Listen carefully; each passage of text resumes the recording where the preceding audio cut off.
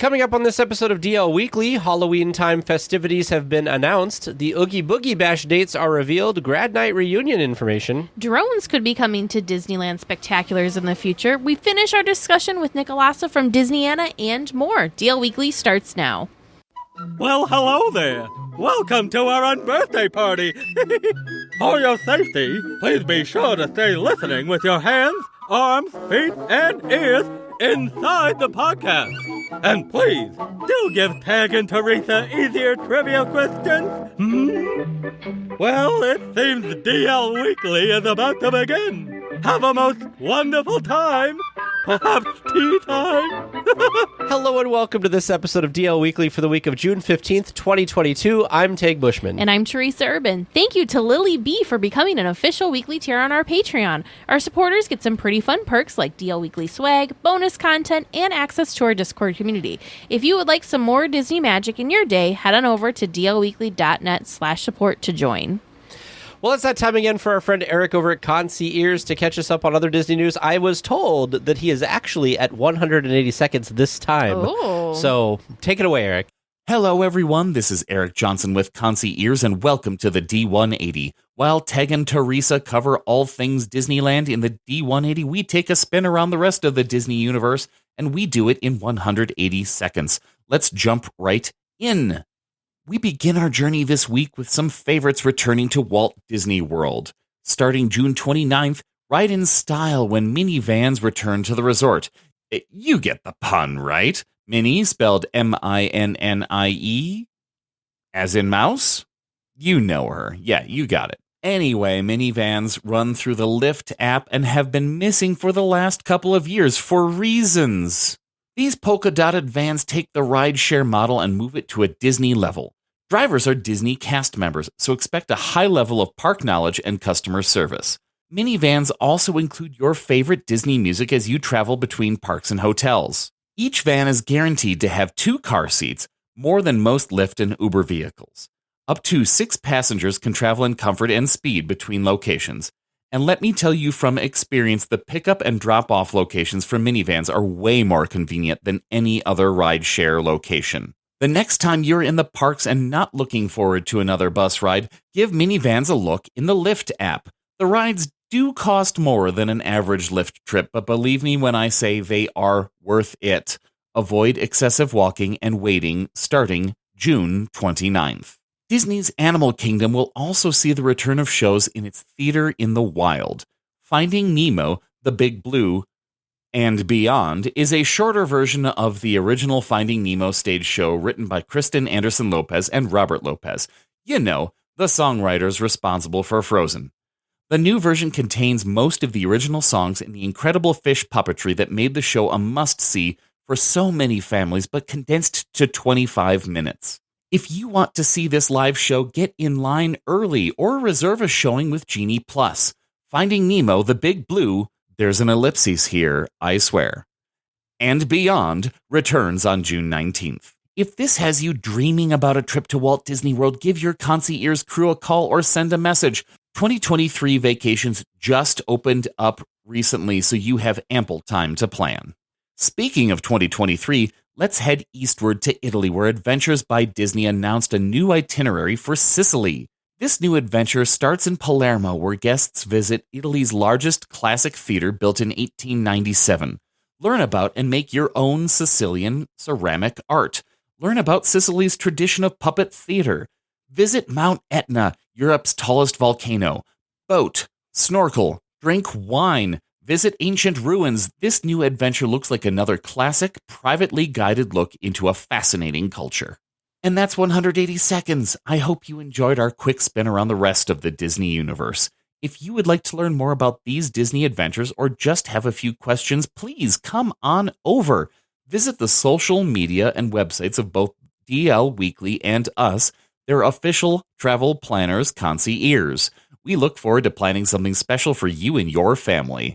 I'm Eric Johnson, and this has been your D180. Well, thank you, Eric, for catching us up on all the other Disney news around the Disney universe. Now let's get to the news.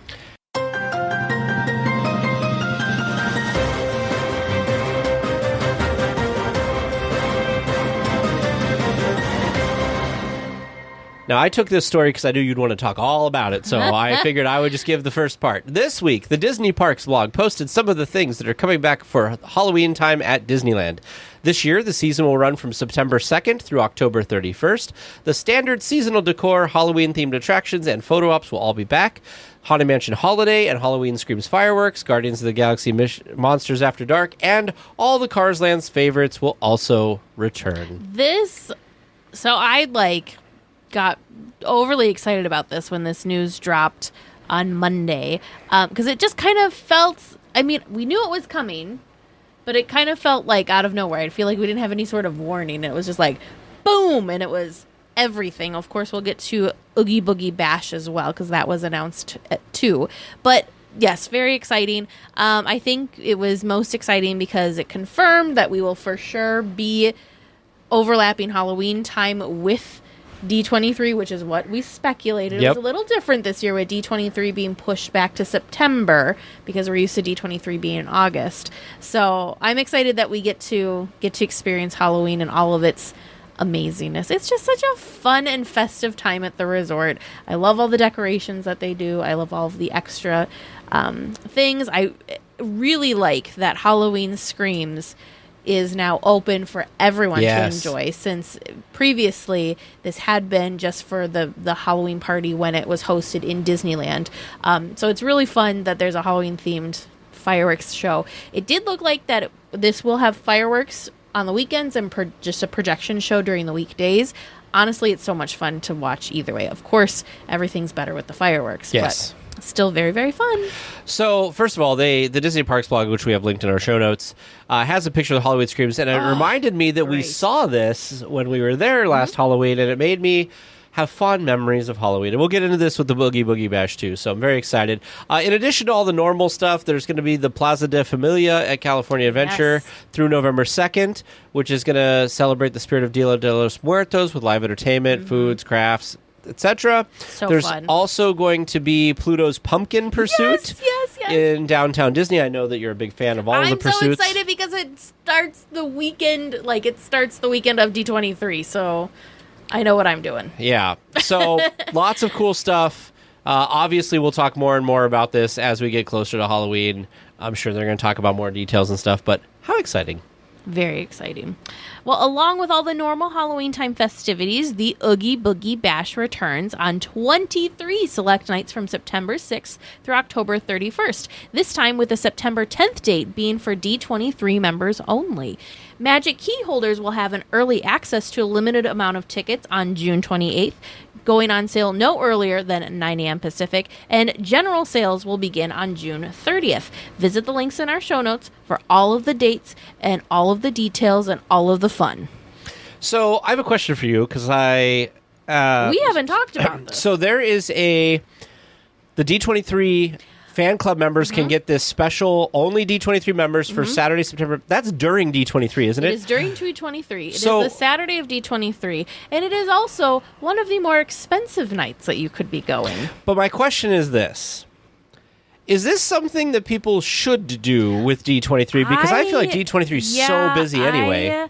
I'm not under... I get the idea, but I don't think execution-wise it's going to work out very well. If you're someone like Tag and myself that are doing the full weekend, so you're doing D23 Friday, Saturday, Sunday, and you're extreme crazy like we are, and you're there before open and you're there all the way till close, I don't think I would have enough energy to do all of the wonderful things and amazing things the expo has, and then also do Oogie Boogie Bash, because I have one speed. For those of you that have not experienced Disney with me, I kind of have one Disney speed, and that's like full throttle, full speed ahead. I want to see, I want to do everything, and especially when it's limited stuff like this, D23, we only get to do this normally every other year. Right. And Oogie Boogie Bash is once a year for us if we are able to make it out there. So I want to do, see, taste, touch, smell,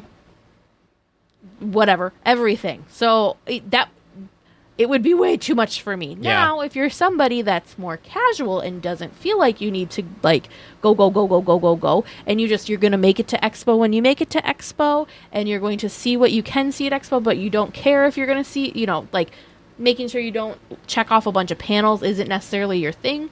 And same thing with Oogie Boogie Bash. If you just want to be there and enjoy it and you're not trying to do every single thing that you can do at Oogie Boogie, then I could see that being worthwhile. The one thing that might be a plus for that night is Oogie Boogie Bash, with it being an after-hours event, already has much, much lower crowds than daytime levels, right? Which is a huge plus.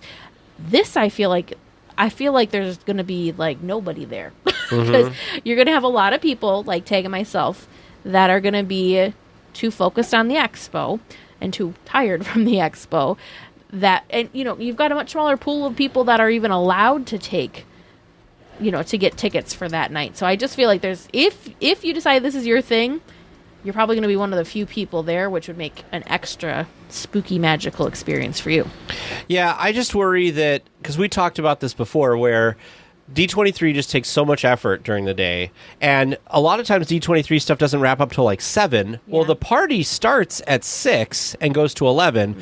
So if you are at D23 till 7, and then you walk over there, maybe if you're quick, it's going to be 7:30. So then you're 7:30 to 11. That's not the full time. And I'll tell you, when we were there, you need like all the time to see all the treat trails and to see all the stuff. So I was really excited by this because I liked the idea that it was just going to be D23 Gold members. I figured it might be an easier day to get a ticket on and all this stuff. Well, they haven't said specifically. They just say D23 members. We don't know if you need to be a gold member. They haven't specified that. So for now, I'm assuming that it's general and gold members have the chance to buy tickets for this special night. Now, the one thing that for me would have been a bonus and would have pulled me into buying a ticket for the D23 member exclusive night would be if it would have been at a reduced rate. Yeah. So if they would have, because it is $179, which is the same price as what the Halloween is. So that's like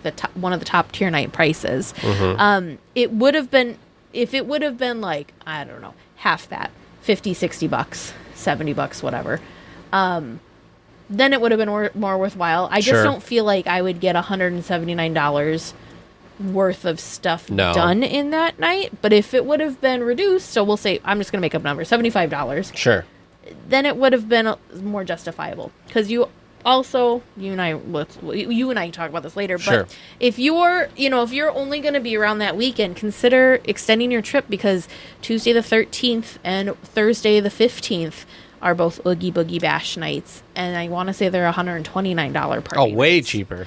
Yeah, and you get more hours. And you're not going to have all day run around like a crazy Disney person at the expo. So, to me, that's the way to go. I'd rather extend my trip and have a more enjoyable Oogie Boogie Bash. Oh, excuse me, Thursday's $139, but still much better than the $179. Well, there's Tuesday, which is $129. Yep. Tuesday is $129. Thursday's $139. So, to me, that's the route I would want to take. Just because I go.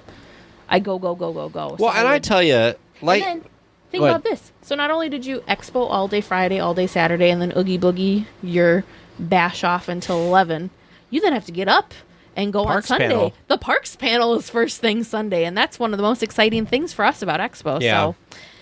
And you have to be there early for that if you want to get seats and stuff, or get good seats. Yeah, it's just crazy. I don't know. I don't know. I like the idea too. Maybe if they would have done the Thursday night before the expo, that would have been a nice one, but no. Well, the Disney Parks blog has announced some new details about the Disneyland After Dark Grad Night reunion events coming up on June 23rd, 28th, and 30th.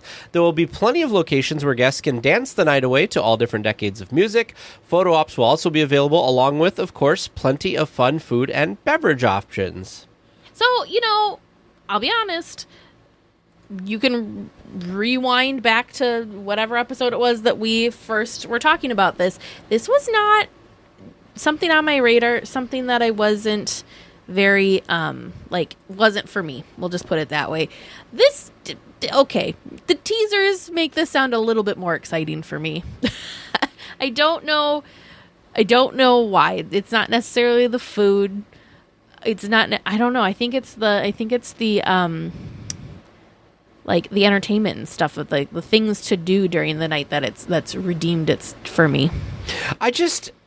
So when we were there, last month, they were really promoting trying to sell this. I feel Yes. like all the other After Dark things had sold out pretty quick. This seems to be kind of I've noticed problem. the same thing with other nights that they'll be promoting them, and you and I being so deep into Disney news that we know stuff, like know way more than your average park goer knows. A lot of times they still promote things even though it's been sold out. Oh. So I thought we'll have to double check, but for some reason I thought that this was sold out. Nope. In fact, all 3 days are still available. Well, wait a minute. Since this is not something I really cared about, did these just go on sale? No, this went on sale forever ago. Okay. These were on sale when we were there because they were like, buy your tickets. Got it. You're right. So I you're right. think that this, for whatever reason, this is just not striking a chord with people. I mean, there's probably a lot of people like me that are just not. To me, this doesn't. I personally wouldn't do this. This doesn't excite me in the way that like Oogie Boogie Bash is exciting, or because think of Oogie.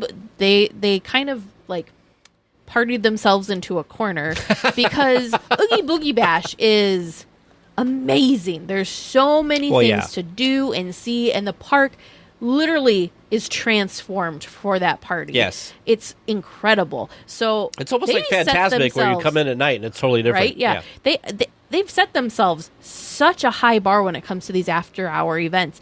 And I'm going to be honest, it might not be a very popular opinion, but I don't see the same value with the other after dark events. And this one was like the least exciting to me of all the different after hour events that they have done. So if I were local, maybe it'd be, maybe that'd be more something to do, something new, something fun. But for me, being somebody that would have to be traveling, and so I'm not only getting a hotel, I'm also paying for air tickets and all that. It's just not worth it for me. And I feel like, again, with the price tag that they set for the amazingness that is the Oogie Boogie Bash, having the same, having a similar price tag to these other events that I don't feel are as good, that's just not for me. Yeah. No, I agree with you. I don't know. I'm just sad because I feel like it could be something really cool, and it just hasn't. Yeah. And the thing is I want Disney to keep doing these after 100%. dark events. I'm just worried that if they have a couple of these that don't work out, they're going to stop trying new things. And I want them to keep trying new things, like the Star Wars night, the Villains night. Those are great. I think Star Wars night's here to stay. And in fact, I don't remember who I heard this from. May have been Ordinary Adventures. Said something about how it would be really cool if Star Wars night was just all of May every year, so it's kind of like the Springs version of Oogie Boogie Bash. Sure. Because that's the other thing too is, again, Disney's a business. I feel like we have been talking about that a lot, but just think of flipping the park over for these party nights and how much extra stuff they have to have and effort and time and all that kind of stuff. And sometimes these parties are one night, two nights, maybe 3 nights in this case. So you just. I feel like they just can't, but whereas Oogie Boogie being over, 2 months basically, it's worth it then. It's worth the investment. I mean, cripes, look at Villains Grove. They put in all of that extra special equipment just to have that experience. I would pay $100 and something just to do Villains Grove. It's weird. It's little things like that really just get me going. Yeah. So, I don't know. I hope that they keep doing these After Dark event things. And, of course, what I really wish they would do, but they're not going to, but I really wish they would do, is I wish that they would do later party nights, because I would love to be in the park more at night. Sure. So if they would extend it, if they would allow regular park guests to let the park stay open later, like Star Wars, right? If you're going to do that through all of May, if they leave the park open until 10, which is only cutting an hour off the normal park closing time, and then they extend the party to 1 a.m. or 2 a.m., that would be amazing to me. And I know a lot of people get tired and they can't do it and all that stuff, but I'm just saying, I like it at night. I wish that they would do more things at night. That sounds to me like a wonderful idea to come up with more themed cold brews to sell. Well, there you go. I also wish that they would do another 24-hour day. I feel like we're due for one of those. Somebody said, I don't remember who it was, somebody I was talking to recently said, somebody told me they didn't think that those were happening anymore, and that made me very sad. Yeah, I mean, that's a lot to ask of the staff, too. So I see both sides. I'm telling you right now, I would sleep all day, and I would go for the night. You wouldn't do the whole... I would try and do the full 24 hours. No. I'd try and do the full 24 hours. Teresa, I hate to tell you, but you and I aren't spring chickens anymore. I don't think that would work. Although I guess you with some cold brews. Yeah, I would be... Yeah, cold brewed up, and I would try and do the full 24 hours. You might find me sleeping on a park bench somewhere, but I would try. You know those like construction hats with the beers in them? Yeah, it's you would have two cold brews. There you go. There you go. Disneyland Paris celebrated its 30th anniversary back in April, and when it came to a new nighttime spectacular, they used drones. What does this have to do with Disneyland? Well, Disneyland is exploring ways to use drones in future spectaculars, but is still very much in the blue sky or early planning stages. One of the challenges is the location of the park near neighborhoods and highways. Other massive drone shows take place in more rural areas like deserts. So there's one line in this Orange County Register article from the Disneyland person. Let me get her name really quick here. Wendy Ruth, who is the Disney Live Entertainment show director and writer, said this thing, and I couldn't let it go. We'll get back to the drones, but I could not let go of this line that she said, here at Disneyland, our guests don't like to see a lot of change. They want what they know. But when we can do something like a World of Color and surprise them and say, you didn't know that you wanted this, you're still seeing those characters you like, you're still hearing the music you love, we're just presenting it in a brand new way. I just feel like we do like to see change. You just have to be careful with it, because I know that people freaked out about getting rid of the Tiki Room or getting rid of anytime it's come up, like Abe Lincoln, but I think we like new stuff. I think I'm going to play devil's advocate. Okay. Because I'm thinking about things like, me, for example. Uh-oh. I got very worried about them getting rid of Tarzan's treehouse, the stump entrance, and what that was going to do. We got nervous when it was time to repaint the castle, and they announced, we're going to be doing different colors. So anytime that they make small changes, think of poor Kim Irvine when it came to redoing and kind of plussing Small World. Sure.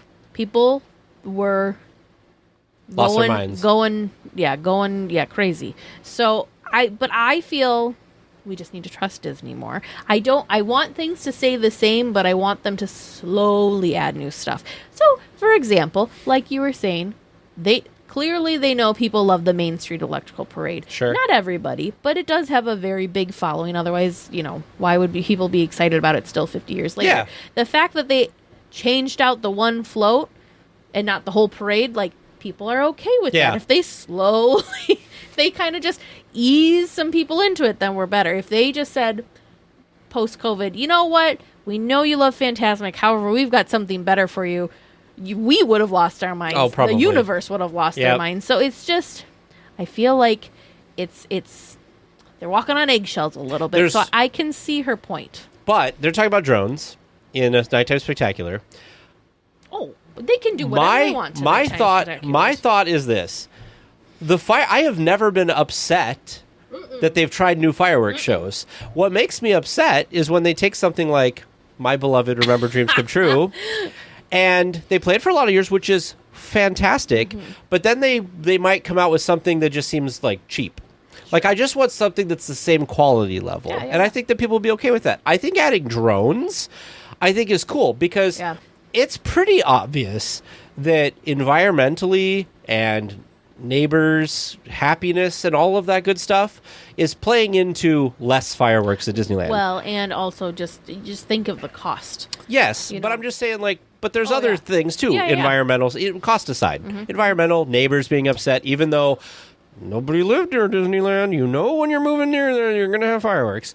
But I think that they've got to find something that can sort of give that fireworky feel without the fireworks. If there's a cool drone thing, I'd be okay with that. The thing that would be neat, I'm no drone expert, but I would think with winds, are drones better with winds? Because we have to cancel fireworks. No, that's true. If the winds are a certain way, because even though we're in Disneyland, we are still in a desert, and you have to be really cautious about these things. Yep. So would drones be more wind resistant? Would the show still be able to go on if you had drones, or if you had a drones element that's still more exciting? I mean, don't get me wrong, projections have come a long way, I think, from when they first introduced them. That, quite honestly, half the time when it's a projections only show, I don't realize that I'm missing the fireworks because there's just so much going on with projections and lasers and lights and fun music and all that stuff. Yeah. Do I love the fireworks? Absolutely, I love the fireworks. But if they could do like a projection drone show on the weeknights and then do projection drone fireworks like for the weekends, sure, ooh, that'd be cool. Yeah. The other thing too is you're talking about projection. One of the things that's nice, I think, I don't know this for sure, somebody will write in and tell us probably, or maybe somebody in the chat, is when they don't do fireworks, especially like on the castle, does that mean that Fantasyland can stay open? That's true. Does that mean when Mickey and Minnie's Runaway Railway opens, we don't have fireworks, that whole land can stay open? Because that closes now for fireworks. Yep. So I think that there's a lot that can be gained back by not having fireworks. But maybe it's a nostalgia thing for me. I just really like the fireworks. And I think Disney does them so much better than anybody else 100%. that if they stopped doing fireworks, I feel like it's a net loss. Yeah. But I'm excited for the drones whenever they show up. Yeah, I think it's just a way to plus the nighttime. So, right, it's the evolution of nighttime fireworks shows. Yeah. Because first it was fireworks and music, fireworks, music, laser lights, fireworks, music, laser lights, projections. And so I think it's just another layer to kind of add to the show. And quite honestly, like we were saying, it takes a little bit of stress off of the fireworks, because that's not your one main big focus now, because there's so many other fun, cool things going on. Yeah, because like Mickey's Mixed Magic, when it's not pyrotechnic, it's so fun. They don't have to cancel shows because of wind. Yeah, exactly. It is nice that they have an alternate version without fireworks, so when they do cancel fireworks, they can still do the show. Well, and you not flip a switch. It's obviously not that easy, but Program B. They can go to Plan B very quick. Well, this past Saturday, a favorite classic villain returned to Tomorrowland. Darth Vader is now meeting again in the Star Wars launch bay for a limited time, which also means the Star Wars launch bay is back open. He's meeting in front of. Oh, in front of? Yes, he's meeting in... Launch bay is not open. Oh, dang. He's meeting in front of. This was interesting to me because it was one of those things that until they pointed it out, yeah, you're right. We haven't seen Darth Vader in Tomorrowland because, as you just mentioned, he used to live in Launch Bay, and Launch Bay has not reopened since the shutdown. So, yeah. So anyway, I think, it does say in Launch Bay. Maybe that's just in the outside part, though. Yeah, this does look like outside. Yeah. Because I remember we had Captain Phasma and Stormtroopers. Yep. But that was like Star Wars night. We also had Kylo Ren at one point, I thought. In Tomorrowland? No. He's in No. Galaxy's Edge. Correct. It feels like, for the most part, they're trying to keep the Star Wars characters in Galaxy's Edge, which it makes sense to me. I know we have a timeline thing, but I feel like Disney's slowly moving away from the timeline since we do have new characters that aren't citizens of Batuu that are hanging out there. I'm looking at you, Boba Fett. But so I thought this was kind of interesting. It was something that I didn't realize until they announced that he was back for a limited time. So it looks like it's sort of technically inside. It looks like they have one of the doors open that you can go into the launch bay, and there's like a little meet and greet, but it's really still kind of outside. Yeah. And then you go. So you can't see Darth Vader from Tomorrowland. He's kind of in this hidden area. My other thought is probably air conditioning, because it's probably pretty hot in his That's outfit. what I was thinking. You got to keep the Vader cool, because it's an awful. You got to keep the Vader cool. That's an awful lot of that. That's an awful lot of black to be wearing in the California sun. So I feel it. I understand. Well, not all is happily ever after at Snow White's Enchanted Wish at Disneyland. Most of the projections after the poison apple scene have not been working recently. This doesn't make the attraction unrideable, but it does lose a lot of the magic of the reimagined attraction. This makes me so sad. Mice Chat shared some photos of this, and actually I think a video too, and it makes me sad.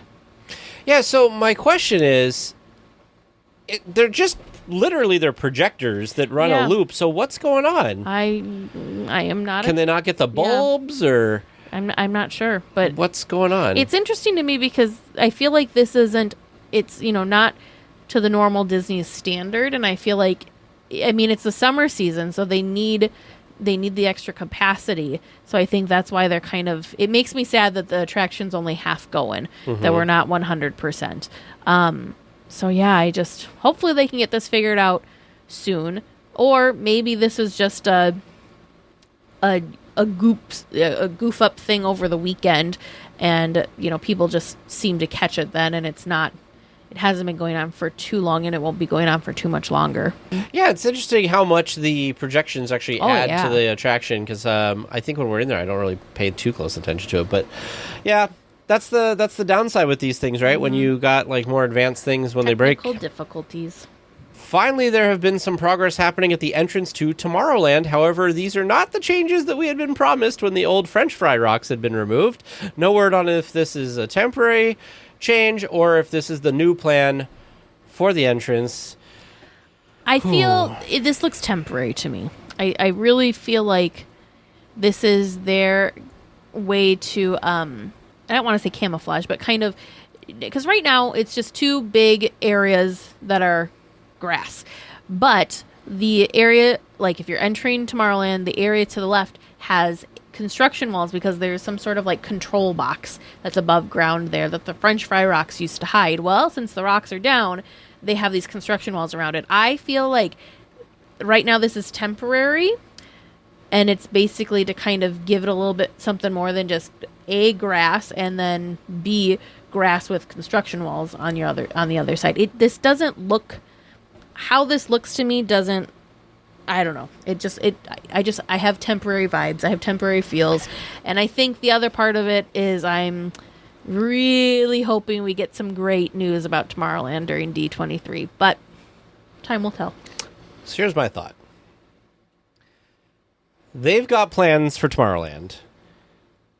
The new plans are doing a little something different with this entrance, so why would they spend all this time and effort building this structure of what they had from 3 years ago when they're going to do a whole different thing? Because maybe they're going to move the Orbitron somewhere else, or the Astro Orbiter somewhere else, and that control box and all that stuff won't need to be there, so why would they build a whole thing for it? That could be. We don't have any reason to believe this necessarily, but I firmly believe that they've been talking for a while now about Tomorrowland. I'm thinking that they're going to announce something at D23. Because what else are they going to announce at D23? Because all the stuff that they've talked about before has been done, right? Like all the stuff at Disney World they've done, all the stuff at Disneyland they've done, Mickey Minnie's Runaway Railway. That was well, funny. let's talk about something else that might be coming to Tomorrowland that's not part of a D23 thing. A new dance party is what's coming to Tomorrowland, and it's happening nightly throughout the summer. Stitch's Interplanetary Beach Party Blast, say that 10 times fast, features some of your favorite characters in spacesuits performing groovy dance moves. It runs from 7 p.m. to 11 p.m. nightly. Now, I like the fact that there is something for kids, and this is totally for kids. Oh, man. I need to confess. Uh-oh. I know this is, like, for kids. It looks very fun. You want to go see this? I love the fun little costumes they have everybody in. So, like, I think my favorite was Pluto's, because, right, it's a planetary beach party. Pluto has an inner tube on that has, like, planets outside orbiting around it. They're just so fun and so cute. Like, I would be all about this. This looks like a good time. Yeah. So, Kate, I don't mean that it's just for kids. I just feel like the target audience is kids. I feel like... And kids at heart. Yeah, and kids at heart. Like, I don't know. I'd probably watch this like anything. Man. Families. There you go. Families. So, not judging. I'm just saying, like, I told you one of these times we need to go watch the Disney Junior thing. Heart. Remember? That one doesn't appeal to me as much just because I don't know those characters really well at all. Now, this is Pluto and Goofy, and I think I saw Chip and Dale. So, yeah. All right. Characters that we love. Well, fans of Buzz Lightyear and the upcoming Lightyear movie get excited. A new drink holder is coming to Disneyland based on the Space Ranger himself. The Lightyear Gauntlet is very similar to the Thanos Infinity Gauntlet and the Iron Man Gauntlet that was for sale previously. The Gauntlet will be available soon. We don't have a specific date. This does look kind of cool. Who knew gauntlets were going to become like the new popcorn bucket? Every time I see a gauntlet, they're popular. Don't get me wrong. Every time we go, I see people walking around with these things. But every time I look at them, I think, oh, that's a lot of effort, like to be either carrying that around, getting it in and out of ride vehicles, putting it in your bags, all that stuff. Well, didn't Bob Gurr say that was something that should fit in his scooter that he was talking about? Yeah, perhaps. It's not something that appeals to me, but I do think that it's fun. It's got the little laser beam on it, and it lights up. And if I was a kid, this would totally be my jam. But I'm with you. I feel like it's just too bulky, especially because we have to fly. I feel like it'd be hard to take back in the luggage. But I'm glad that they're making and trying new things. It does make me laugh every time I see someone walking around with one of the gauntlet versions, and they're like, they are using it the correct way and drinking out of it. It puts a smile on my face.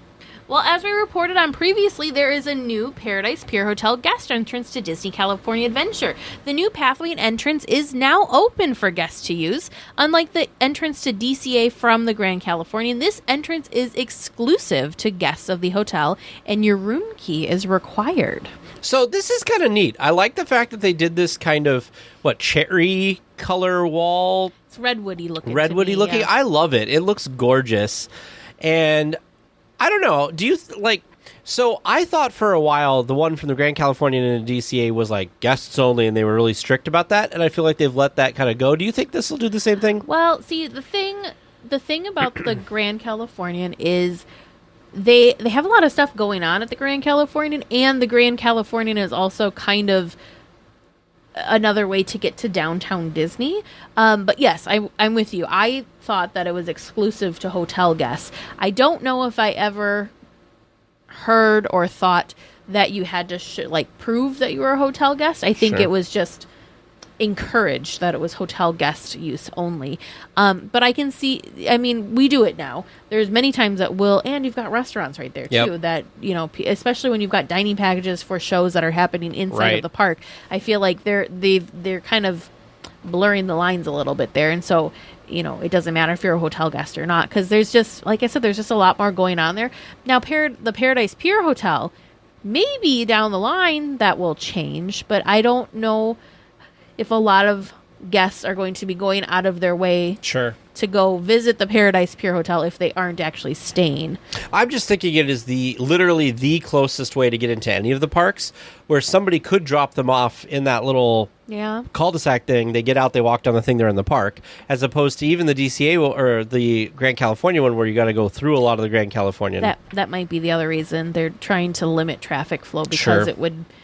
That'd be kind of a pain. Be a lot of, get people dropping their Ubers off and everything there. That might be the reasoning behind it, is just to not have congestion. I'm wondering if they'll theme it when they theme it to Pixar Pier too, or to Pixar. Right now, it's just the pathway is really beautiful. It's just it kind of reminds me of like the areas around the Grand Californian. You've got the lovely big pine trees, and it's just really nicely done. Mm-hmm. The thing that's always amazing to me is how well Disney Landscaping does these things, because this is, this entrance didn't exist before, but the landscaping doesn't look it looks mature and doesn't look like it's brand new. It just looks really, really nicely done. Agreed. Yeah, I'm glad that the Paradise Pier folks are finally getting, they got their pool back. They've got this entrance now. They're going to get a remodel soon. Paradise Pier's getting some love. Yeah. Last week, one of the performances of the Spider-Man Stuntronic show didn't go exactly as planned. From video posted on Instagram from a guest at the show, it appeared that the Stuntronic didn't release from the web line and came crashing down into the building where Spider-Man usually lands safely. The side of the building is designed to break away in case of this type of malfunction, and by one of the shows later in the day, it looked like nothing had happened. This was incredible to me to watch, because you see the video of poor Spider-Man just going right in the side of the building, and your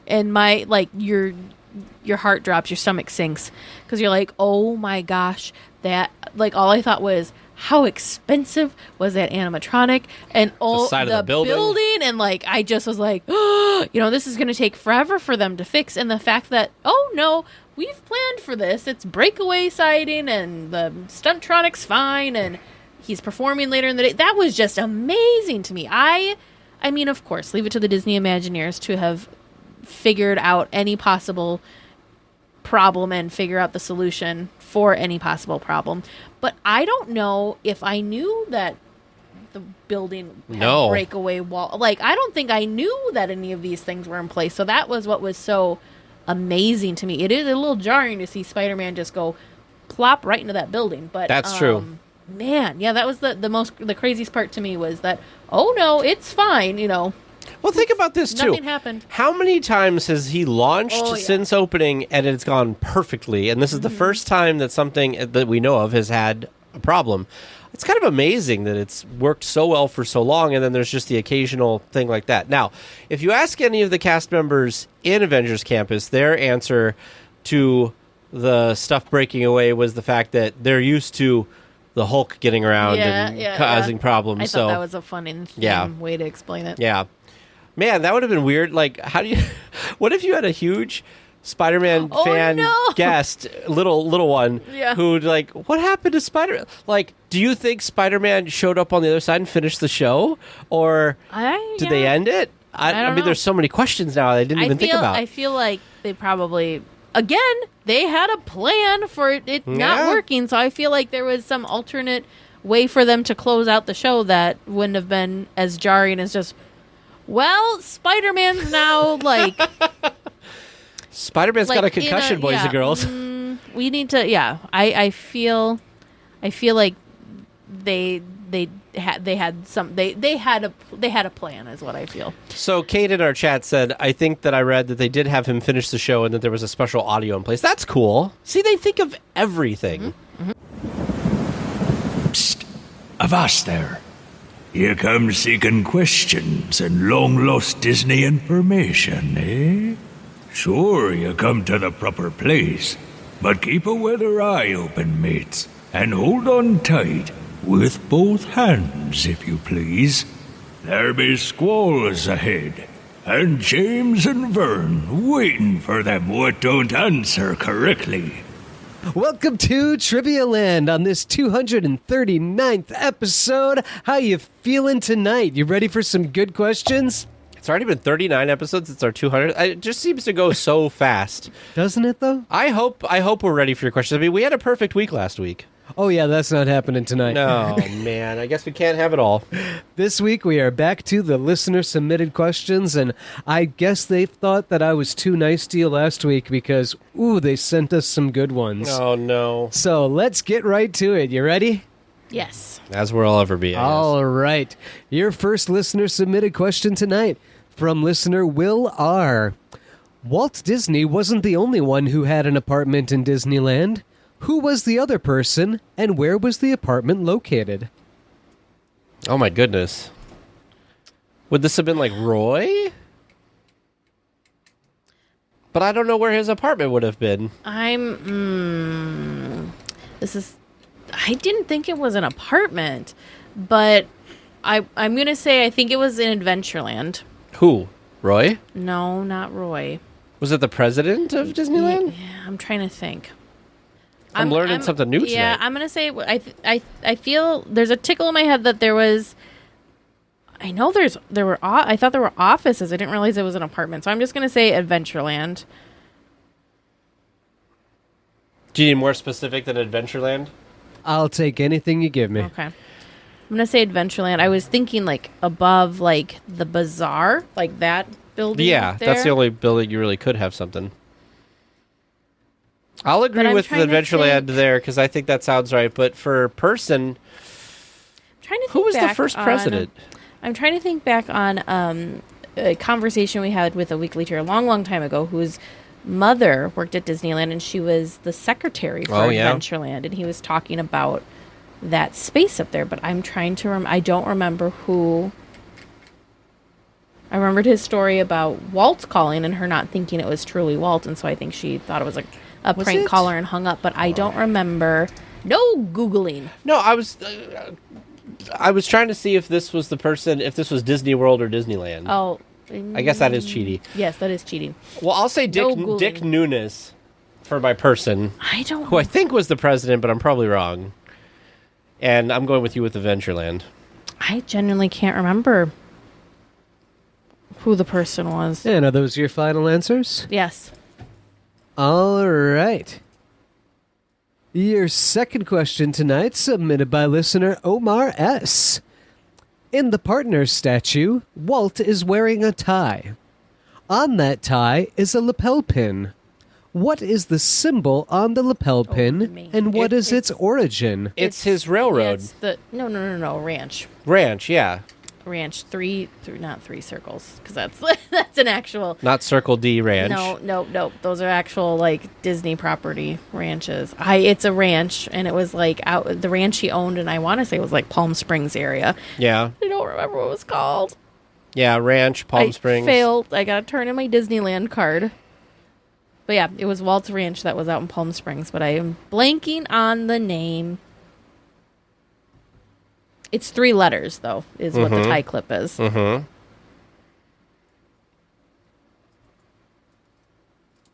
I'm blanking. Okay. This is not a good week. Nope. It's because we had it so easy last week. So that's all you got? Palm Springs Ranch? Yeah. That's not the name. Hey, but maybe it'll give us half a point for at least knowing what it is. Final answer? Yep. All It's right. as good as it's going to get, yes. Your third question, submitted by listener Chris Y. In Casa Della Tires, you can see a poster for the Radiator Springs annual Carburetor County Classic Film Festival. What movies are being shown at the festival? There are 12 total. Are we supposed to name all 12? I will give partial credit. Oh, my goodness. These are always so good. I can only Wasn't think there a of- Hocus Pocus? No, you're thinking of the posters that Yeah. they switch out. He's talking about inside of Luigi's tires. There's a list. It's in a display case in the queue. I remember looking at it because they're very punny. Yeah, well, of course they are. My brain's mush tonight. I can't even think of anything clever to try and guess my way through it. Usually you're good at this. I know. Man, we suck. You were right, Vern. They were not nice to us this week. Listeners got my back. Yeah. Yeah, we got nothing, Vern. You're not hazarding I any just got guess. the Halloween one that was the Hocus Pocus and... yeah, but that's not... That's I know, different. I know, but I know. that's all that's coming to mind. I know. You're not willing to think of any Disney movies and just change one word. Stop being mean. I said my brain was mush.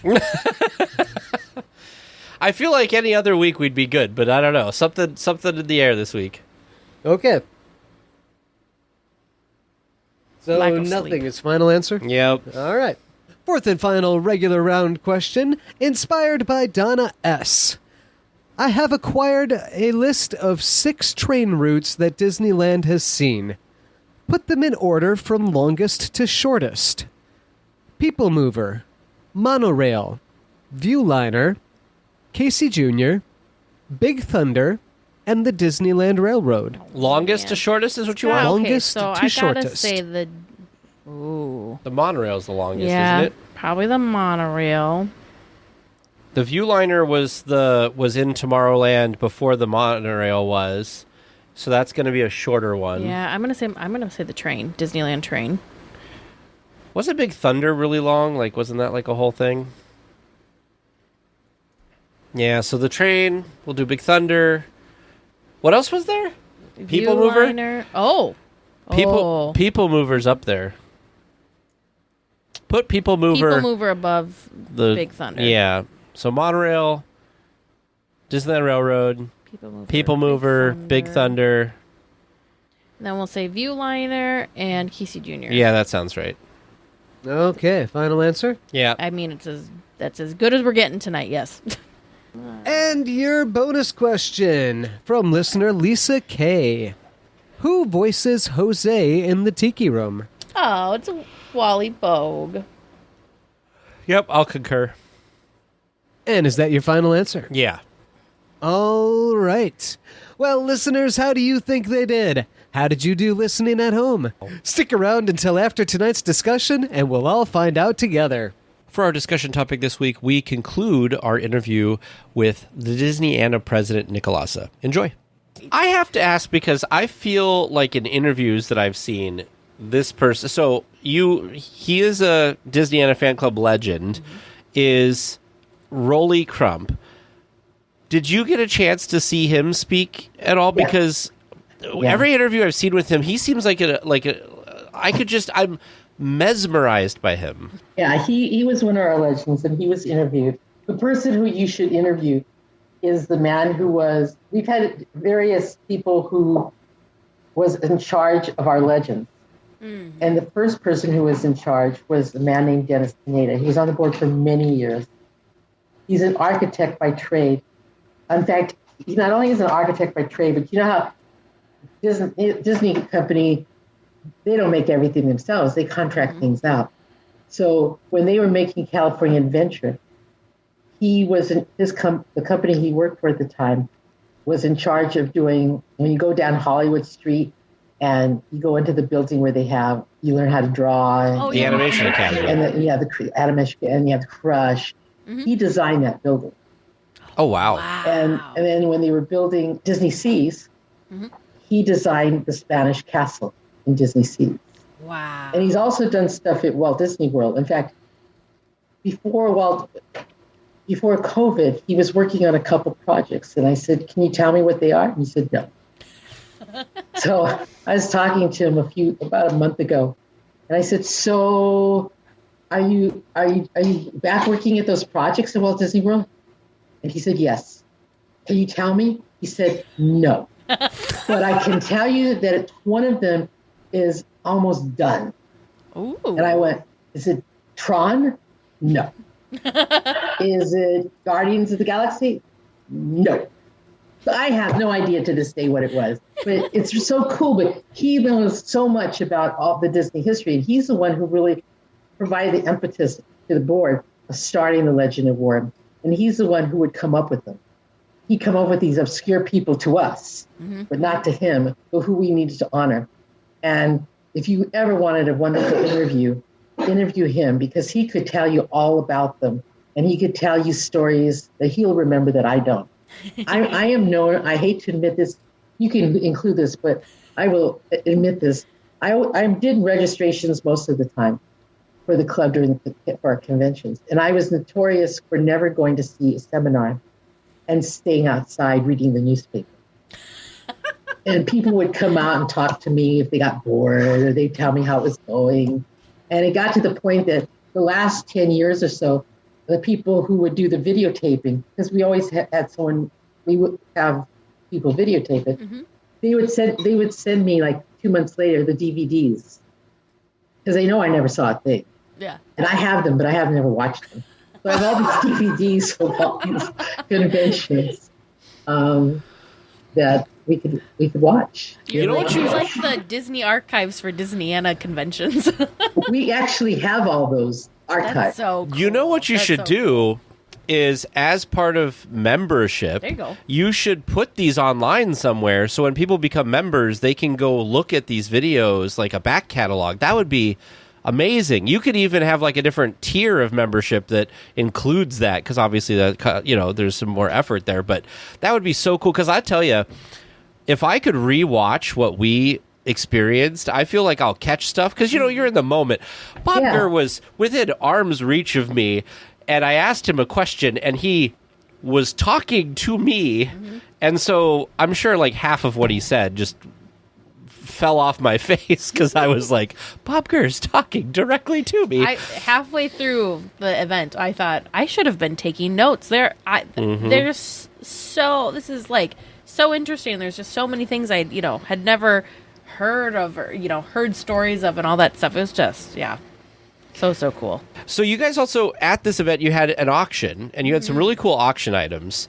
Very cool. Is there I don't know if you know offhand, but is there more of a story behind that Main Street window building? We were trying to figure out, because it was we talked about it on the podcast, because it was just, it looked like a dollhouse, and when we came in, just looking at it, you'd have no idea what the heck it was. You know, one of our members, I've been very generous to us, and so one of our members from our Northern California chapters, she used to be on the board. She used to be our legacy chair doing auctions for the Ryman Foundation. We would raise money for the Ryman Foundation. Wow. She donated that to us. Yeah, she just said it was something that was in one of the showcases on Main Street. She couldn't remember what it was exactly, and we just took her on word and we got rid of it. What did you find that was pretty neat? What did you think was pretty neat about the auction? I'm just curious because I was pleasantly pleased how much we raised on the auctions. And initially I thought... Teresa wanted to get the Michael Eisner book, but she thought it would sit there for a minute or something, and it was just somebody, because you had a buy it now price, and then it was just gone. We're sitting there in the front row, and Teresa looks over, and the guy has it in her hands, and she's like, "Dang it! I should have put a bid on that." What we did was we walked, because that's how you shop. You walk through, you kind of look and see what there is, and then you go back. So we walked through it. As I was going back, somebody had it in their hand and were going to check out with it. I'm like, was this at the show and sale or on Saturday? This was on Saturday. So this was on the silent auction items. Mm-hmm. Yeah, we found out that a good thing to do is to bid immediately, so that once someone bids, they can't buy it now. Oh, I didn't know that. Oh. So, like, for instance, on Sunday, I don't know if you were there Sunday. Were you there Sunday? Mm-hmm. So, Sunday, one of our members from Texas donated all these menus from restaurants that don't exist. Some of them. And I think we put a price of $350 buy now bid. We had two different lots. One lot, someone bought it then. But the second lot, somebody bid on it. So then it went up to $900. Oh, wow. You know, I believe it, because I remember seeing that, and I wanted to, just study it, because it was so cool. But was I correct? I think I saw things from the Tahitian Terrace. Yeah. Mm-hmm. I mean, it was just one of those, how do these exist, and how are they right here? And it was incredible. Well, we couldn't believe at the show and sale, one of the first booths that we got sucked into. I was laughing because one of our community members went to something recently, and she said she went in. She went to Dapper Days. She went to Dapper Days, and she said, I walked into Dapper Days, and $300 fell out of my pocket onto the floor. I don't know what happened. Yeah, and that's how I felt, because I walked up, and there was a booth there, and they were selling ticket books. And depending on how many tickets were there and the quality or whatever, there was different prices. I wanted a full set of and I looked at it, and there was one that was in fairly decent shape. It had all the tickets. It was like $170, $165. And I was like, man, And then what happened was we kept walking, and we looked at some other things, and I spent some money on some things. We bought some books. And then I was like, well, now, I could probably have spent that amount total, and now I've already bought these books, which ended up being like $70 or $80. So I was like, there's no way I can not be in trouble when I get home for buying these. But man, I was so surprised with the show and sale, just how much memorabilia and stuff that was authentic, that was there, that was so, to me at least, rare. I mean, and we didn't have as many dealers as we usually do. There were quite a few. Apparently, one of our members, Patty Setter, was in charge of it, and she was sharing with us that there were a lot of dealers, she said, who didn't want to participate because they weren't sure about COVID. They weren't sure they wanted to be in a room with hundreds of people all day long. Which it makes sense. Yep. But you know what? With it being our first show, Lynn had kind of said it's going to be a little bit smaller. Whatever. I think people that knew us, that knew it was our first show, they were like, don't think D23. Just don't. It's not D. They were like, it is not that scale. Don't think that. And so I came in with no expectations. I'm like, I don't know what to expect, and I was really impressed. We went through the first main room, and all of a sudden we realized that there was a secondary room, and I was like, there's more. So yeah. Teresa completed a couple of her pin collections. I did. Yep, fantastic. But it was so cool. She won a door prize. I did. I won a door prize. She never wins. We were walking along, and they're like, Teresa Urban, and she was like, I never win anything. What'd you win? I won. So I am a sucker for the electrical parade. So I enjoyed that to win, you had to like pick out a button from the tub, and then that button correlated to your prize. So I looked in there and I saw an electrical parade pin. I'm like, well, that needs to be the one I pick. So I picked that, and it ended up being a tote bag with Steamboat Mickey on it, which ended up being the perfect thing because we bought the books. I bought 2 books. He bought 2 books. So we needed a bag to carry all of our all of our goodies around the rest of the day. So did you go meet Bob Chesky?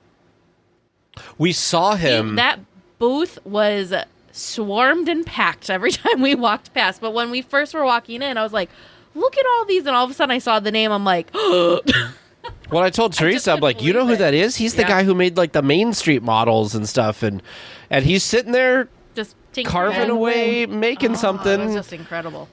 There were so many things that I could have just stood there and watched the person.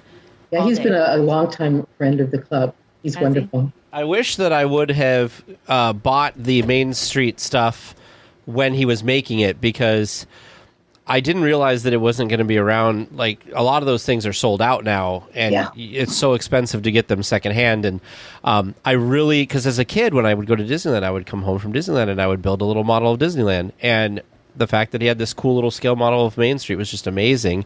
And then I was a little sad because I remember that they said that the Sleeping Beauty castle would be the most expensive piece, and it ended up not being the most expensive piece because I really wanted the train station, and the train station ended up being more than that. But anyway, I digress. But I mean, really, walking through the sale, we're collectors, but not to the scale that some people are collectors. We dabble. Casual collectors. Yes, there you go. And so it was almost like walking through a museum. The fact that we were looking at this case of all of these ticket books, and every time I see Disneyland ticket books, it blows my mind because I'm wondering, who are these people that bought tickets and did not use all of them, and how have they existed through all of this time? You know, like it's a piece of paper, and here it is still. It's incredible to me. And what's really exciting about the ticket books, I don't collect them, but I get excited just looking at them. Yeah. Is that they change from year to year. The backgrounds change. The printing changed. Then they had adult books, and they had junior books, and they had children's.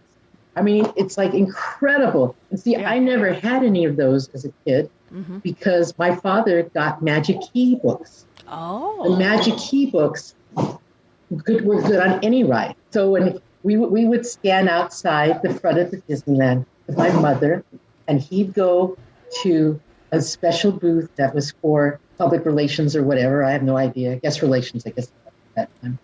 And he would come back with all these booklets. A ticket, a Magic Key ticket. I still have one that says $3.50, and for admission, and then all these Magic Keys, so you don't have to worry about having leftover A and B rides. Right. You had keys to the kingdom. Pretty cool. I didn't even know that was a thing, and now I'm looking at it. You know, now we understand why the APs are called Magic Keys. I want to say too, one of the neat things about all of this vintage Disneyland stuff is I feel like they spent so much time and care with the design of these things. Like, they're just, because for a little while I did a second podcast, and what we did for the Patreon tiers is we made them A through E tickets. So I looked at all the different tickets real closely, and I tried to mimic that to make the different levels.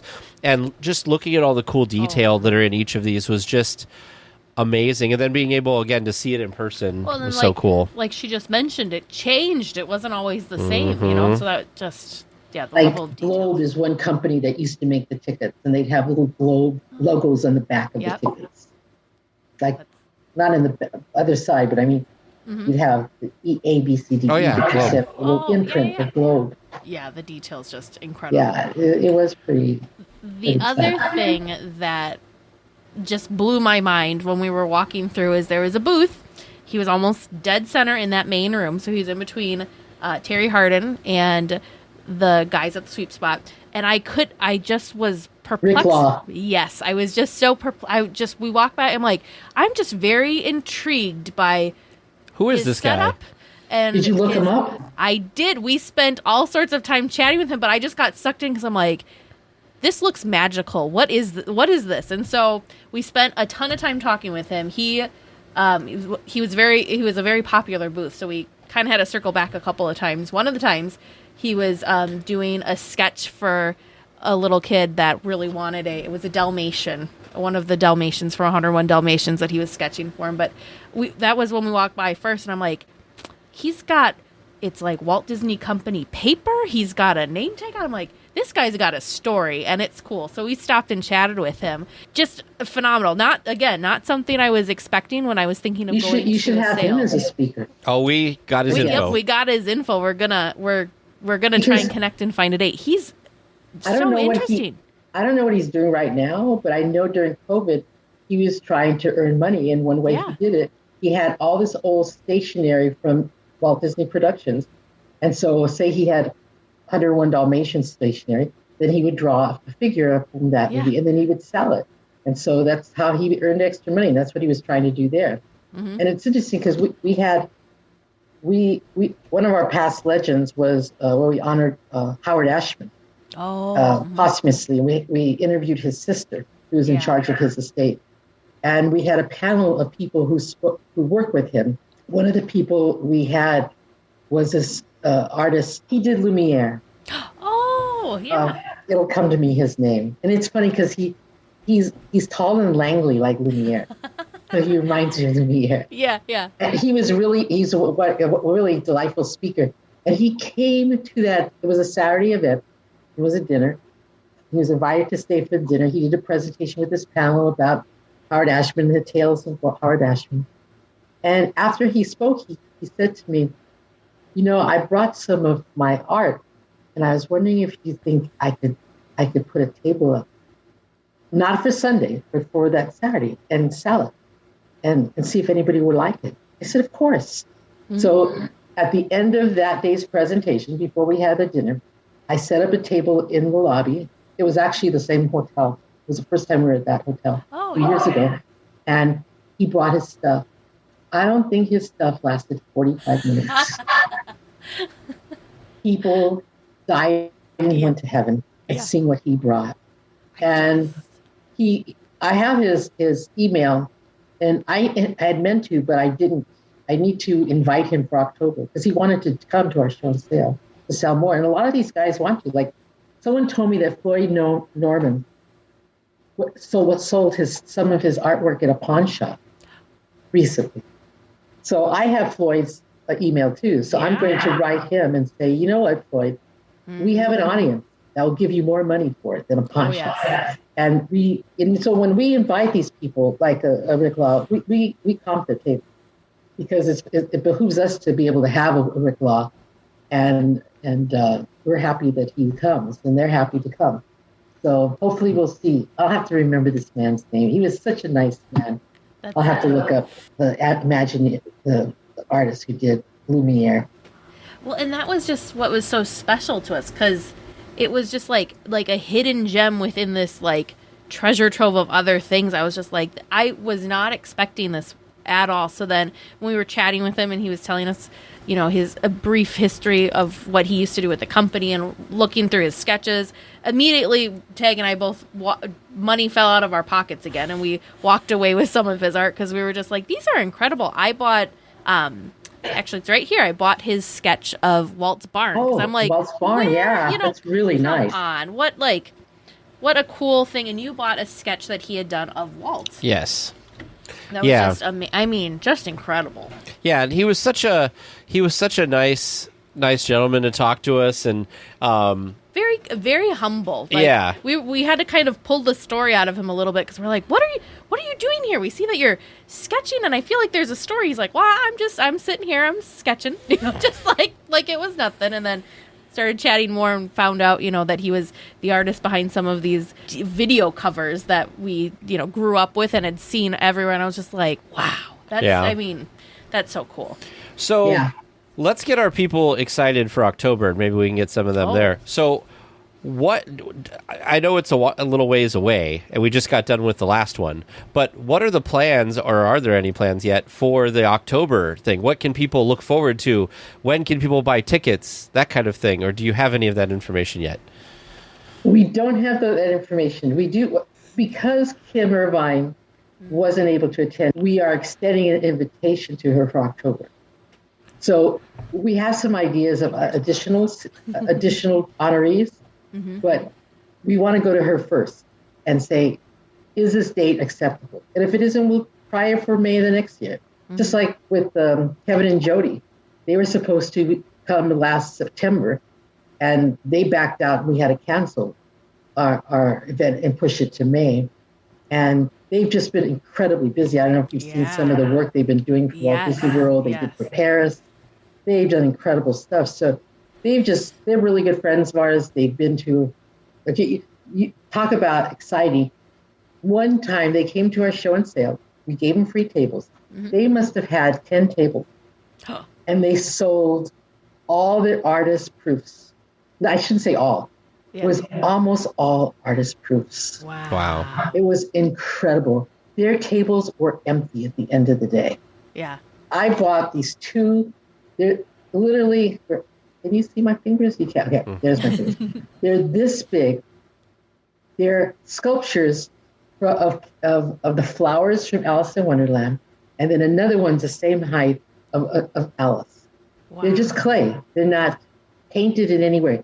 They're just the original sculptures they use as models for other items. Dang. Wow. That's the kind of stuff they had. So as soon as we know, we'll let everyone know, and we'll start selling tickets. So we're hoping that by the end of June, we will start selling tickets for this event. And we have some really exciting ideas about what we want to do. The dates are around, ideally, if we get Kim Irvine, we can do something Halloweenish and Haunted Mansion-ish, because her mother was such an integral part of that. Oh, yeah. And plus, I loved her. Did you see the Muppets? Yes! She has a walk-on part of the Muppets. That's so cute, dressed up. I love that she had to clean Madame Pagoda or whatever. Yeah, Madame Pagoda's Madame ball. Pagoda's. They named it after her because her mom's name was Leota Toombs. Isn't that weird that her last name was Toombs? Yeah. It was meant to be. Meant to be. It was meant to be.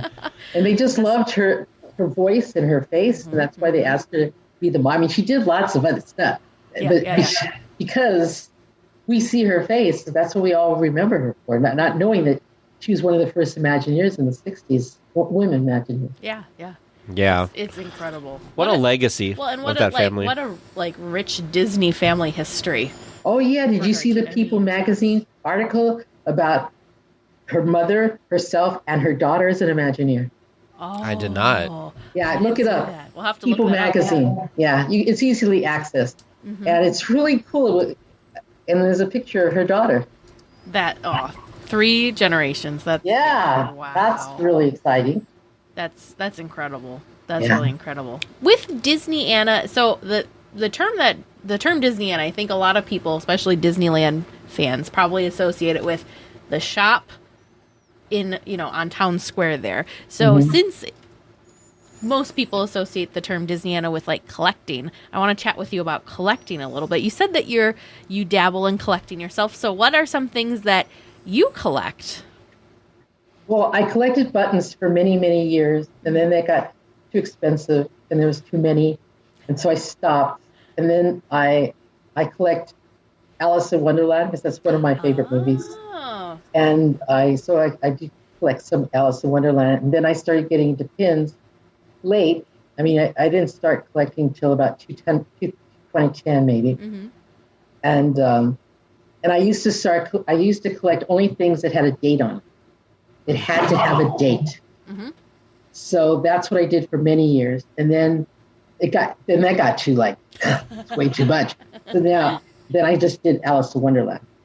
And now I don't collect. I don't have to have everything, of course, can't have everything. Can't possibly have everything. But I collect a little bit of that. And then I try to be quite honest, my wife doesn't love Disney, so she doesn't want our house to be cluttered. And we understand. Yes, we understand. So I have to think very thoughtfully about what I bring into the house and where is it going to go that's not going to irritate her. So I then spent the last 10 years really trying to buy things that were functional in nature. So I love to bake and cook, so I have a lot of stuff that's Disney that's in my kitchen. And so that kind of, works. I like your clothes, a lot of clothes. There you go. I like your thought process with collecting because, you start going down one path and you're like, this is a pretty narrow path. I can stick to it. And then all of a sudden it's like, I don't know, a 10-lane freeway. You're like, nope, that was not narrow enough a path. Because once you get in there, there's just so much cool stuff. Poor Teresa. I feel like she got into ears. And then all of a sudden, they released so many ears, and she's like, I just don't know. And then, of course, it's so funny. Teresa's told this story on the podcast a bunch of times, too, is she wants a good pair of ears. So sometimes you go in and, kids and everything have, touched them, and the bows are funny.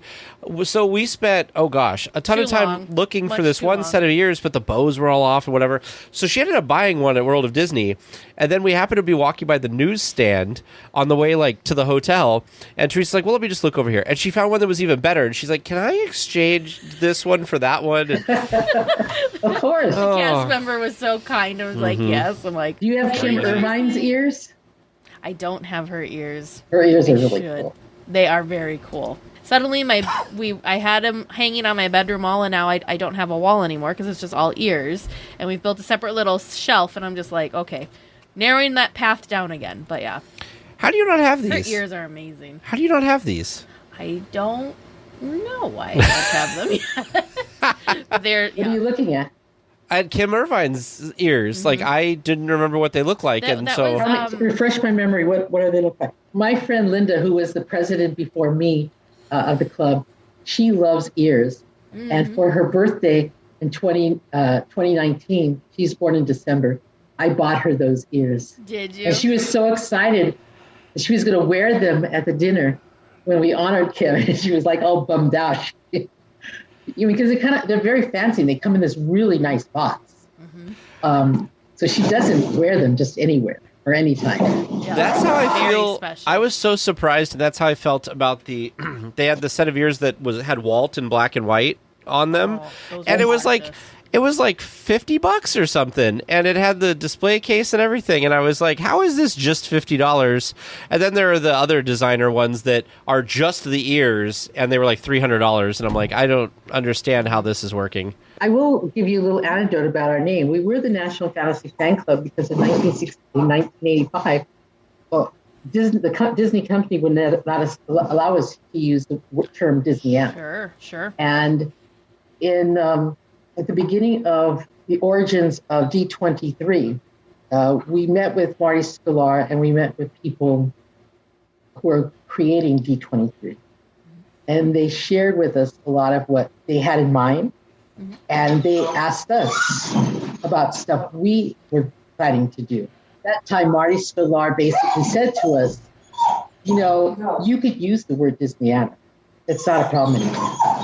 So when they gave us permission, that's when we switched.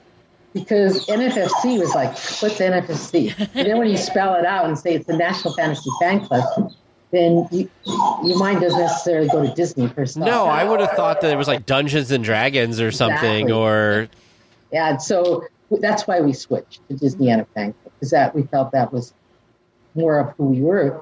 And so that's why we switched midstream there. Well, and your logo, I mean, it's just so simple, but I just love the look of the D. It's just, it gives me like WED vibes. And I'm sure that was probably intentional. Yeah, one of our members designed that.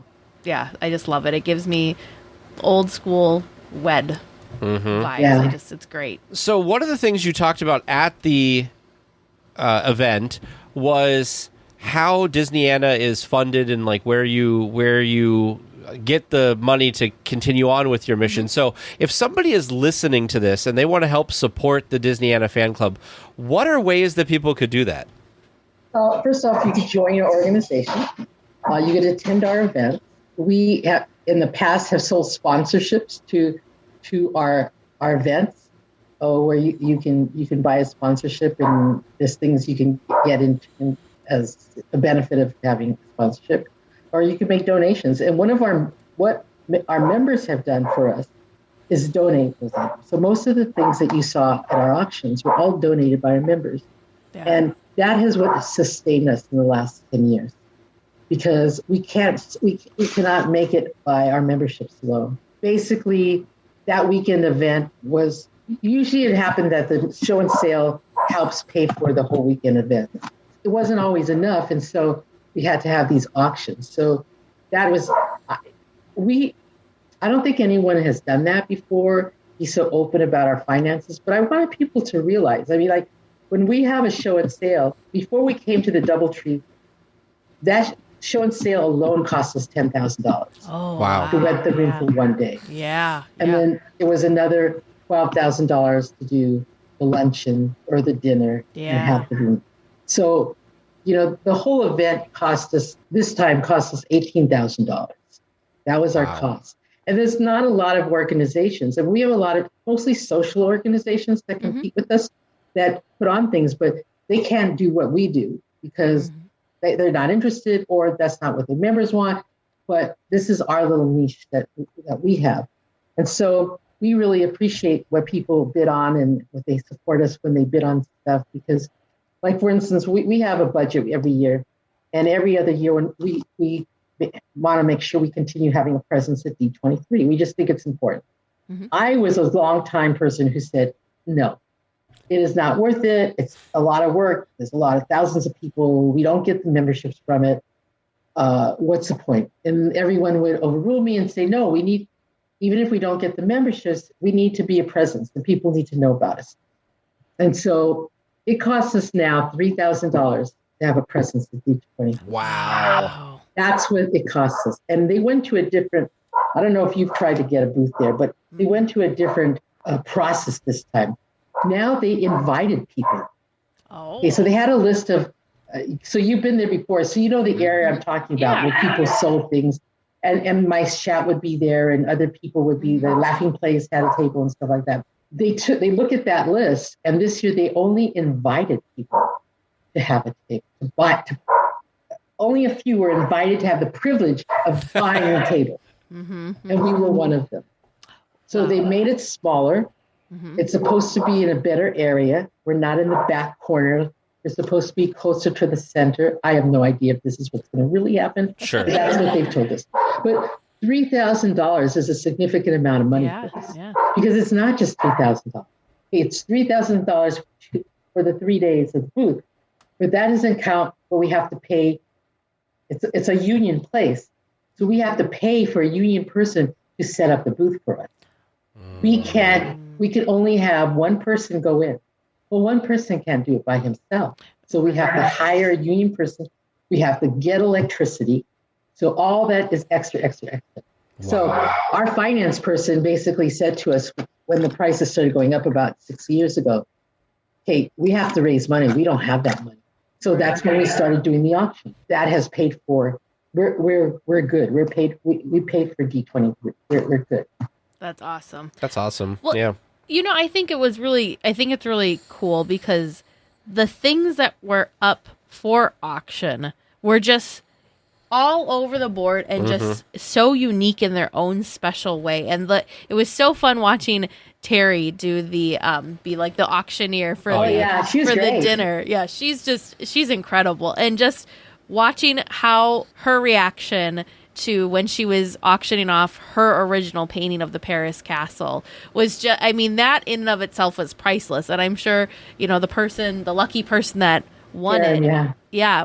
That was probably a memory that they'll cherish forever. Cause when else can you go to an auction and be bidding and like having, with the person that did the piece, that's just incredible. It was very special for her to do that and to have it go for such a high amount. The piece she did is funny. Rick Law is actually the one who inspired us to have that piece, because when the last time we honored someone with the Legend Award was in February of 2020, month before COVID.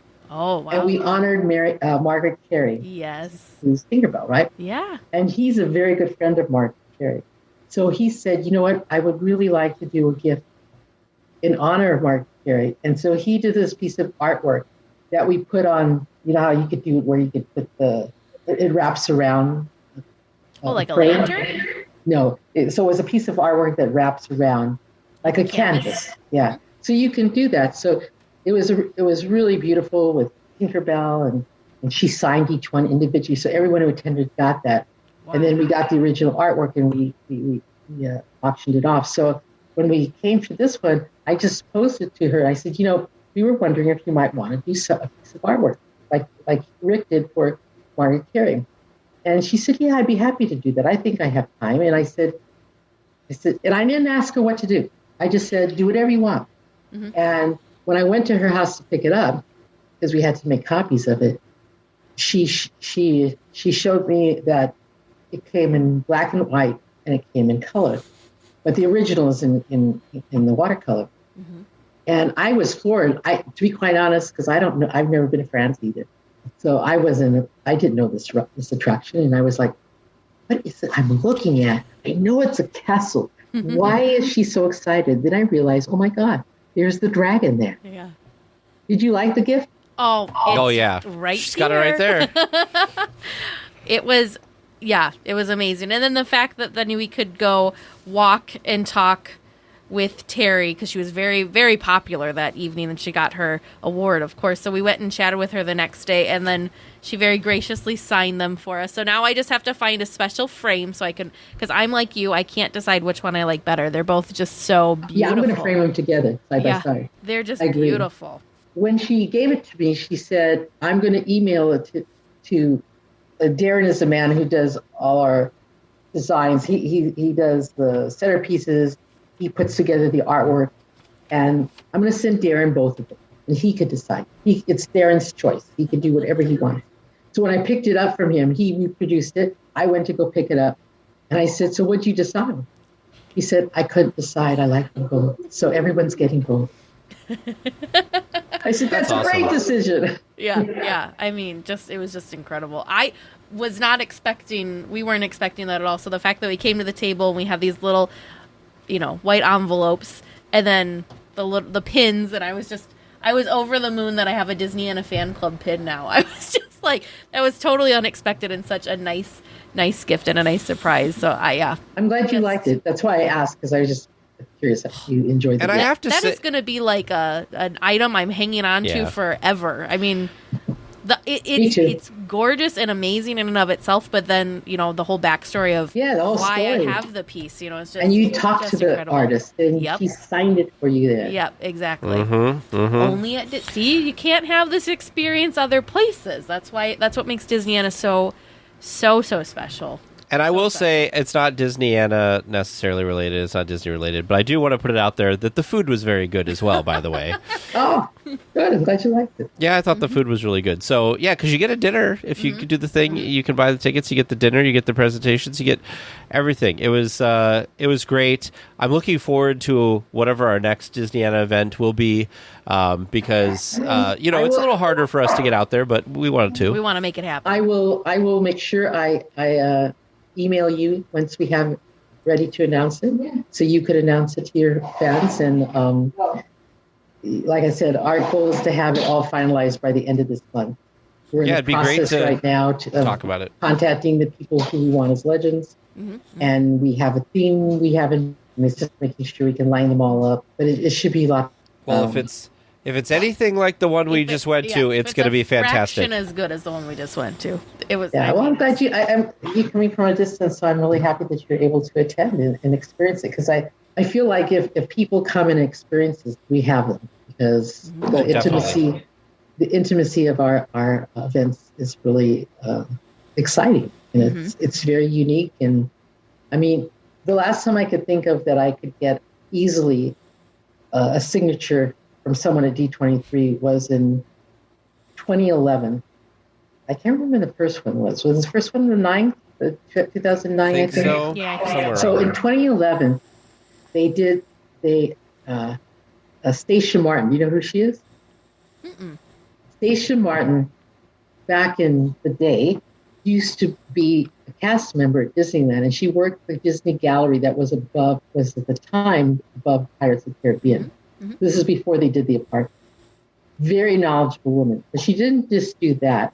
She you know how they would send a group of characters and artists, and they would send them to malls across the country, and they would promote Disneyland and Disney World. Yeah. Mm-hmm. She'd be one of the artists they would send. She's a really learned person in terms of Disney history, Disney music. She's an artist herself, does wonderful sketches. She often is invited on Disney cruises to speak and do artwork. She did this wonderful piece of art that I have in my bathroom. The reason it's in my bathroom is because I have a Mickey Mouse bathroom. There you go. And with Mickey Mouse sink and everything. And on it is Mickey. It's like Mickey like with his hands out.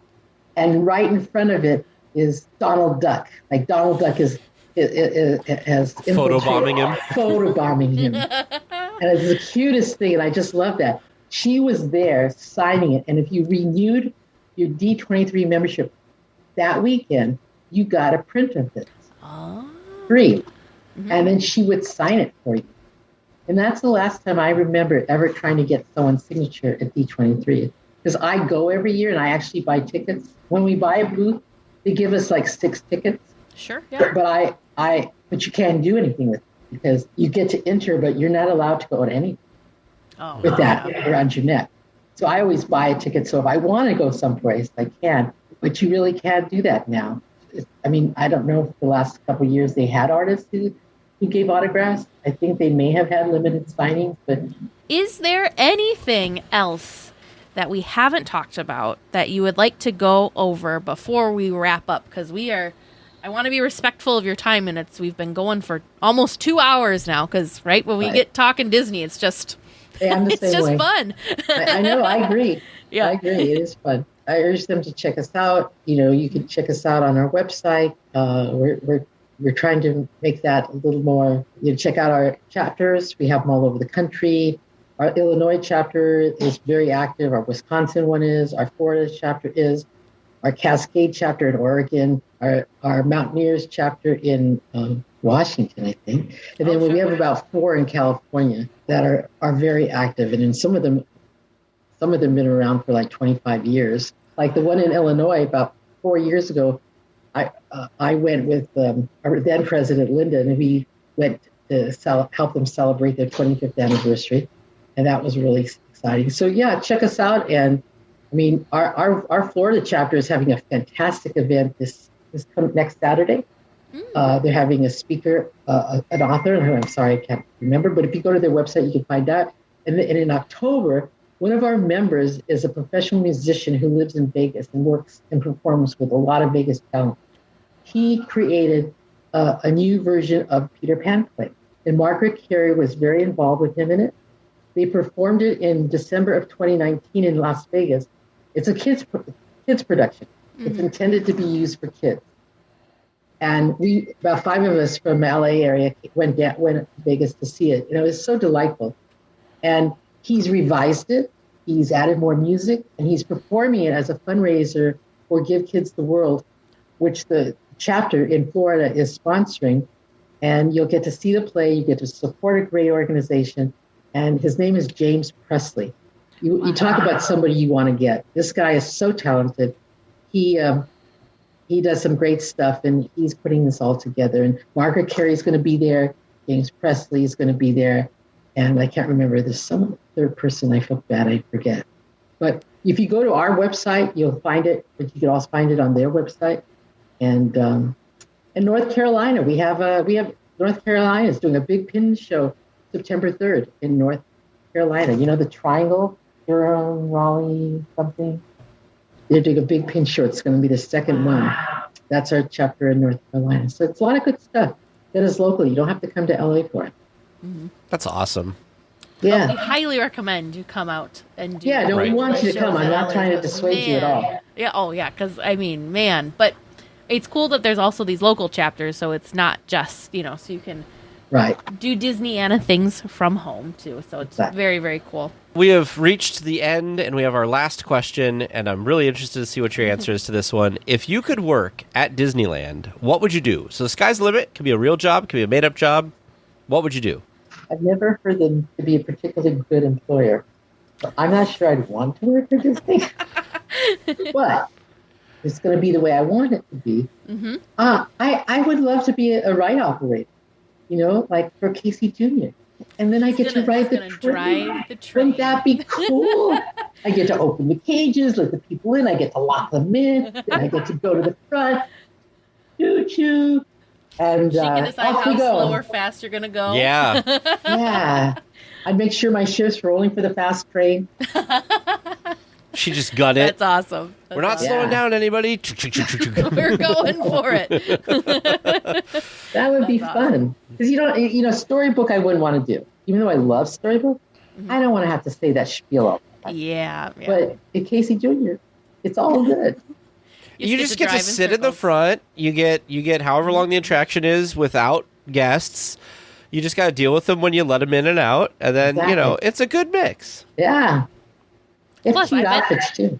The view from that front Oh, car is sure. probably super cool too because it's just just open. Yeah. I love it. And then you'll end up hating it because you'll be like, oh, here we go, another loop around Casey Jr.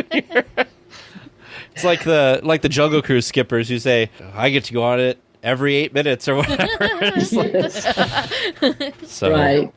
Well, thank you so much, Nicolasa, for taking the time to chat with us and to tell us more about Disneyana. We strongly urge all of our listeners to check it out because we had just such a wonderful and truly magical time at your most recent event in May. So thank you so much If for you all can of you do. block out, listeners, if you could block out time in October, Yes. could be amazing. It sounds like maybe Will Kim be Irvine. amazing. Let's just Two birds with one stone.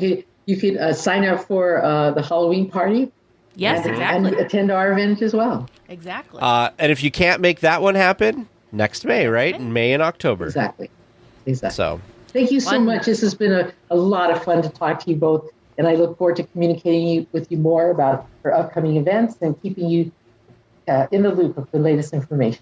Looks like we're coming in for a landing, gang. But please stay listening until trivia comes to a stop. And then you can walk to the nearest exit. Thanks for listening to the 8th wonder of the world, DL Weekly. Welcome back to Trivia Land. How do you feel? Not great. No? not great. No? You look so forlorn. Ooh, they're tough. Even people in our live stream Discord chat are saying that they were hard tonight. So it's not just us. Well, let's find out how you did, shall we? Sure. Okay. Your first one from listener Will R. Walt Disney wasn't the only one who had an apartment in Disneyland. Who was the other person, and where was the apartment located? You said Dick Nunes and Adventureland. The correct answer that I was looking for was Wally Bogue, and it was above Aunt Jemima's, now known as Riverbell Terrace. Wow. Really? Good job, Wally Bogue. Dang. Wow. I'm going to have to look this up and read more. Wow. There's actually a very nice article about it if you just Google Wally Bogue apartment Disneyland. Wow. Wow. Learn something new. That's amazing. Your second regular round question from listener Omar S. In the partner statue, Walt is wearing a tie. On that tie is a lapel pin. What is the symbol on the lapel pin and what is its origin? You said the ranch in Palm Springs. The correct answer I was looking for was the logo of the Smoke Tree Ranch, the ranch in Palm Springs, California, where Walt would take his family to go recharge. Hey, that's a half a point, I So think. for that, I awarded a half-point credit. Yes. I was thinking three circles. I was thinking 3 trees, but that didn't sound right. So smoke tree. Good job, Teresa. Your third regular round question submitted by listener Chris Y. In Casa Della Tires, you can see a poster for the Radiator Springs annual Carburetor County Classic Film Festival. What movies are being shown at the festival? Your answers were nothing. The correct answers that I was looking for, I would have given half credit if you got 4 to 6, and I would have given full credit if you got 9 or more. Mary Poppin' a Wheelie, Oh. Oh my gosh. The Three Cabs, Peter Oil Pan, Yeah, I don't. Lady I and the Ramp, the Love Bug, the Aristocars, the Reluctant Drag Strip, Truck Beds and Stick Shifts, Toy Car Story, the Dead Battery Society, the Hatchback of Notre Dame, Monster Trucks Incorporated. I really like the Hatchback of Notre Dame. I got the, what was it? The Bed Knobs and Broomsticks spin. Truck Beds and Stick Shifts? Yes, truck beds and stick shifts. That's clever. Dang, yeah, I couldn't have made those up. Nope. Especially not Mary popping a wheel. I would not have made, like, just come up with that out of thin air. Hatchback of Notre Dame, man. Love it. Cars Land is just epic this way, because there's so many fun layers in things that, you don't even notice. You know what I feel like I should say real quick before we move on? I did see that Cars Land turned 10 today, or soon. Oh, happy birthday, Cars Land. Today is the monorail and the subs and the Matterhorn's birthday today. Today, as in we're recording this on the 14th. June 15th. So the day that this publishes is the 10th anniversary of Cars Land. And your fourth and final regular round question, inspired by Donna S. I have acquired a list of 6 train routes that Disneyland has seen. Put them in order from longest to shortest. People Mover, Monorail, Viewliner, Casey Jr., Big Thunder Railroad, and the Disneyland Railroad. The answer that you gave: Monorail, Disneyland Railroad, People Mover, Big Thunder Railroad, Viewliner, and Casey Jr. The correct answer that I was looking for: at 2.3 miles, the Monorail; at 1.2 miles, Disneyland Railroad; at 1 mile, the People Mover; at 3/4 of 1 mile, the Viewliner; half a mile, Big Thunder Railroad; and 1/3 of a mile, Casey Jr. Hey, we didn't do too shabby. You there. flipped Viewliner and Big Thunder Railroad. 4 out of 6. I gave you full credit. Considering none very of us well done. experienced the Viewliner, I'm pretty proud of us. Yeah. Wow. We did a lot better than I thought we were going to do on that one. And your bonus question tonight from listener Lisa K. Who voices Jose in the Tiki Room? Both of you knowing it immediately, that was Mr. Wally Bogue. In fairness, I did not remember, but Teresa said it, and I remembered that we had talked about it a couple weeks ago, so... I was being nice. Thank you. I just wanted to be upfront that that was all Teresa. Well done, Teresa. And way to play a long tag. Thank you. Way to play a long day. Well, listeners, how do you feel about how they did? How did you do listening at home? Do you think you've got some great questions that can really stump them next week? Or do you think we were too mean to them and I should go back to the easy questions Yes, from the please. Disneyland Parks app? Yes, please. Either way, we welcome your suggestions and your questions at trivia@dlweekly.net. We will be back next week with more Disneyland news and information. Until then, go out and enjoy the parks. Please remain seated until the podcast comes to a complete stop and the doors have opened. Then collect your belongings, watch your head, and step carefully from the episode. On behalf of all of our crew, thanks for traveling with us. And we hope you have a happy and memorable visit here at DL Weekly.